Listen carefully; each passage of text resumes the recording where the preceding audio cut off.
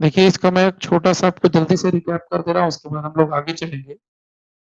144 को याद अगर रखना चाहते हैं तो इतना भी याद किया तो बहुत कुछ याद रह जाएगा। आपको वो शॉर्टकट याद रखना है, शॉर्टकट अभी और भी, इससे भी शॉर्टकट हम लोग कर सकते हैं, इसका भी शॉर्टकट निकल सकता है जो कि और इजी हो जाएगा याद करने के लिए। देखिए सबसे पहली बात तो ये है कि मजिस्ट्रेट को पावर मिलता है 144 सीआरपीसी के तहत। मजिस्ट्रेट का मतलब 3 तरह के मजिस्ट्रेट होते हैं, एग्जीक्यूटिव मजिस्ट्रेट, एनी अदर वाले, उसके अलावा डीएम, इसके अलावा एसडीएम, सब डिविजनल मजिस्ट्रेट जिसको बोलते हैं। ये किस हालत में 144 करते हैं और 144 है क्या? हर कोई बचपन से ही सुनता आ रहा 144 144 144 144, लेकिन भैया 144 है क्या? 144 कुछ नहीं है।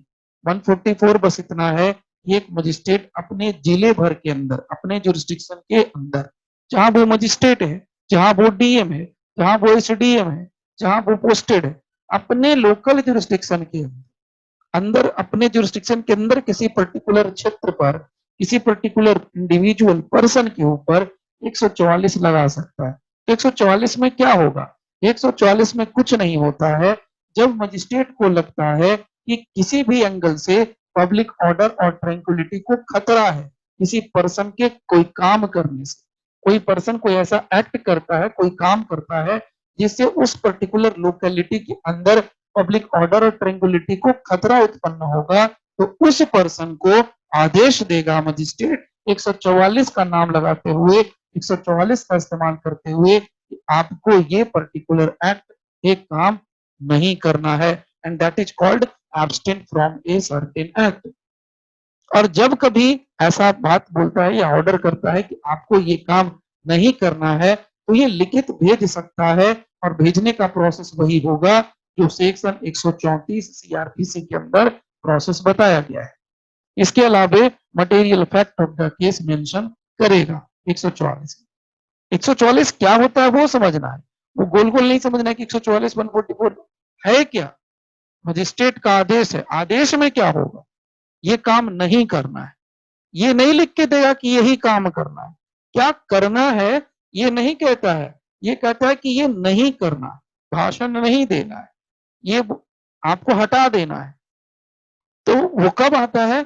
जब आता है जब पब्लिक ऑर्डर और ट्रैंक्विलिटी को खतरा उत्पन्न होता है।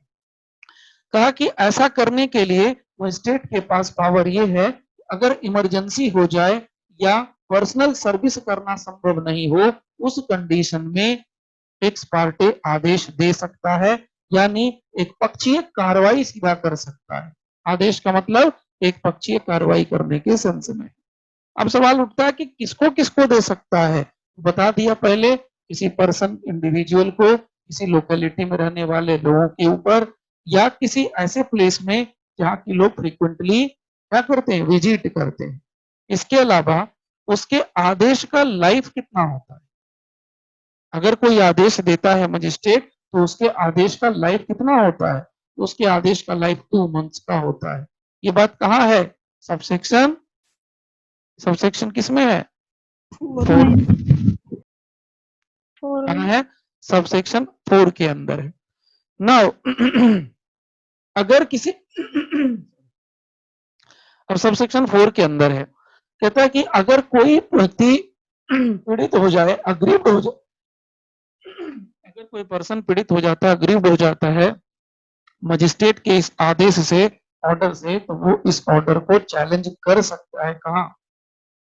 मजिस्ट्रेट के पास कर सकता है, और मजिस्ट्रेट उस पर प्रोसेस को देखने के बाद, समझने के बाद, या तो रिसाइन कर सकता है या तो अल्टर कर सकता है। दोनों में से कोई भी काम कर सकता है। अब सबसे लास्ट में एक पॉइंट याद रखना, ये पूरा का पूरा प्रोसेस क्या होता है? एडमिनिस्ट्रेटिव होता है, जुडिशियल होता है, क्वासी जुडिशियल होता है, इनमें से कोई नहीं है। एडमिनिस्ट्रेटिव होता है सर। ये पूछ चुका है इसलिए बता दिया, याद रखना ये एडमिनिस्ट्रेटिव होता है, और केस लॉ के साथ बता दिया है। आरपीसी रिवीजन में सुओ मोटो कहाँ लिखा है सर? सुओ मोटो क्या सेशन जज के लिए लिखा है? नहीं सर, यहाँ मिस्टर के लिए लिखा है। सर लेकिन सर मेरा बताइए सर इसका फाइनल क्या जवाब है होगा? सर मेरा इसका बड़ा हम सिंपल क्वेश्चन है, सबके लिए है, 144 के ऑर्डर से अगर कोई पर्सन अग्रीव्ड होता है तो what is the remedy magistrate के ऑर्डर के ऊपर, तो क्या रेमेडी बनता है? 144(7) में थोड़ी देर पहले आप बताए थे कि उसमें वो जा सकता है कोर्ट में चैलेंज कर सकता है। किस सेक्शन के तहत? 144 का 7 सबसेक्शन जो है उसमें। इसमें कहाँ कहा है मैंने ऐसा? 144(7) में क्या कहा है बताइए? अभी सर, एक कौन सा तो- अपील किया? आधे घंटे के अंदर, आधा घंटा भी नहीं हुआ। सर इसमें आपने एक रूलिंग बताई है जिसमें आपने बताया है कि ये जो है एक एडमिनिस्ट्रेटिव ऑर्डर है और इसके लिए आप सीधा रिट पिटीशन जो है फाइल कर सकते हैं। एक तो ठीक आपने है, बताया सर ये। ठीक है, एक सर इसमें जो है क्योंकि सर ये एडमिनिस्ट्रेटिव ऑर्डर है तो जो डीएम है उसके आदेश के लिए सर ये कमिश्नर के पास भी जा सकते हैं क्योंकि एडमिनिस्ट्रेटिव है। बॉडी में वो सुपीरियर है। और ठीक सर है। मे बी सर इसमें 399 सीआरपीसी में रिवीजन में इन सेशन कोर्ट फाइल हो सकता है। 399। जी सर, ठीक है, सीआरपीसी। ठीक है। अच्छा ठीक है, आपने एकदम टेक्निकल पॉइंट छेड़ दिया है 399, तो मैं उतना टेक्निकल नहीं लेके जाऊंगा 399 वाले पार्ट पे। सर ये टेक्निकल जो है वो आपके क्वेश्चन से मिला है जो आजकल हाँ नहीं सॉल्व कर ठीक रहे है, हैं। 399 आपने पूरा भयंकर टेक्निकल कर दिया है, तो मैं उतना टेक्निकल नहीं जाऊंगा लेकर के। फिर भी मैं थोड़ा सा आपको शेयर कर देता हूँ आप लोगों को शो करने के लिए, जस्ट अ सेकंड। ये 399 का चक्कर जो है ना वो क्लियर कर दे रहा हूँ। 399, अरे जस्ट अ सेकंड, देखिए 399, ठीक है। ये प्रतीक का कहना 399 में सेशन जज पावर, सेशन का पावर का रिवीजन का पावर है। देखिए जवाब ठीक है लेकिन थोड़ा सा मिस्टेक करके सेक्शन में, बिल्कुल सही कहा लेकिन सेक्शन में 399 ने लग करके 397 अप्लीकेबल होगा, ठीक है।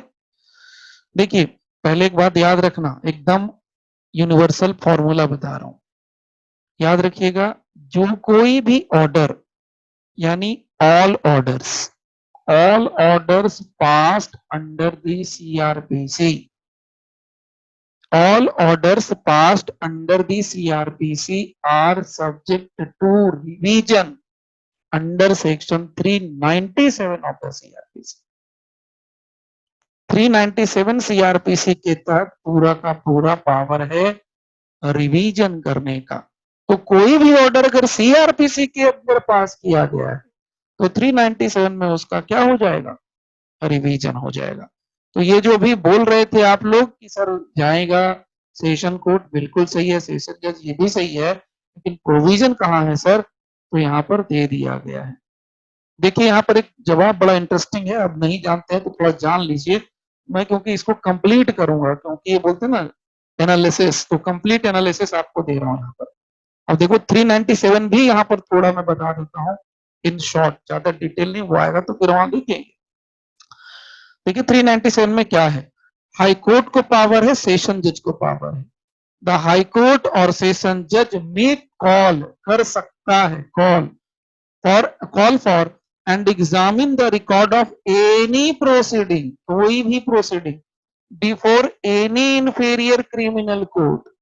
क्या बोल रहा है? Any inferior criminal court situated within its or his local jurisdiction for the purpose of satisfying itself or himself। मामला बड़ा सीधा है, हाई कोर्ट और सेशन जज के पास पावर है under section 397 of the CrPC कि वो किसी भी इंफीरियर क्रिमिनल कोर्ट का जो उसके जुरिस्डिक्शन में पड़ता है उसके रिकॉर्ड को, उसके किसी भी प्रोसीडिंग के रिकॉर्ड को एग्जामिन करने के लिए कॉल कर सकता है, मंगवा सकता है। उसमें क्या देखेगा? क्या देखेगा? Correctness, legality, proprietary of any finding, sentence, order recorded or passed as to the regularity of any proceeding such inferior court, and when calling for such record direct that execution of so and so suspended।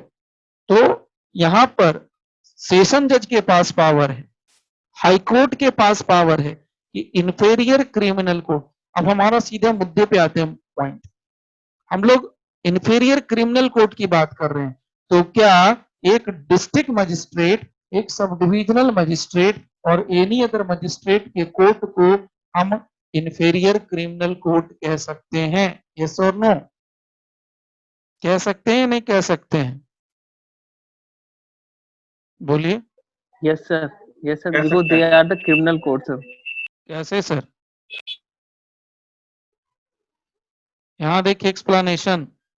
All magistrate, magistrate आ गया, ध्यान से सुन लेना, weather executive और judicial.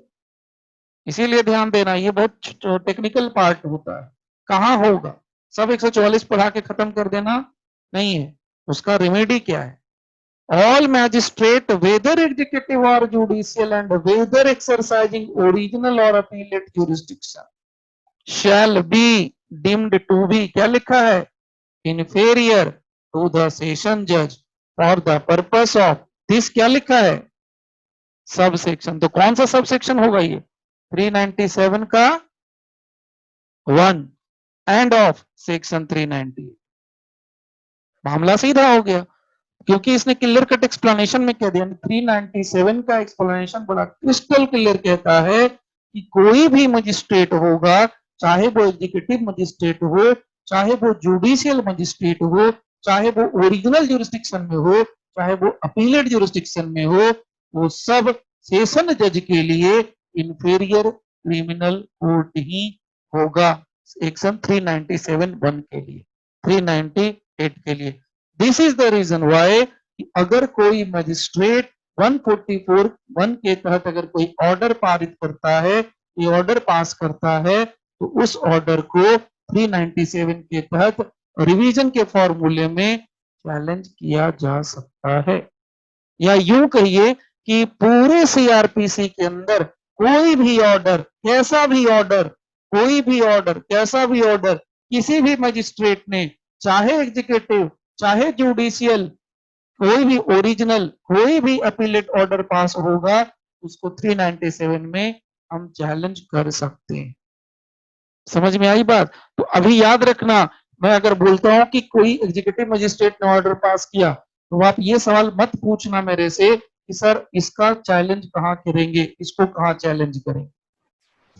अभी आप में से किसी ने कहा कि सर इसको चैलेंज ही नहीं कर सकते। ऐसा कभी नहीं होगा कि किसी ऑर्डर को कहीं चैलेंज नहीं किया जा सकता, ऐसा हो ही नहीं सकता। कहीं ना कहीं कुछ ना कुछ तो प्रोविजन रहेगा ही रहेगा कि उसको हम कहीं ना कहीं चैलेंज करेंगे। और आपके सीआरपीसी में ही ये प्रोविजन दिया हुआ है, और आपको with evidence with live show दिखा रहा है। अभी क्लियर है ये? अब कोई डाउट नहीं रहना चाहिए मन में।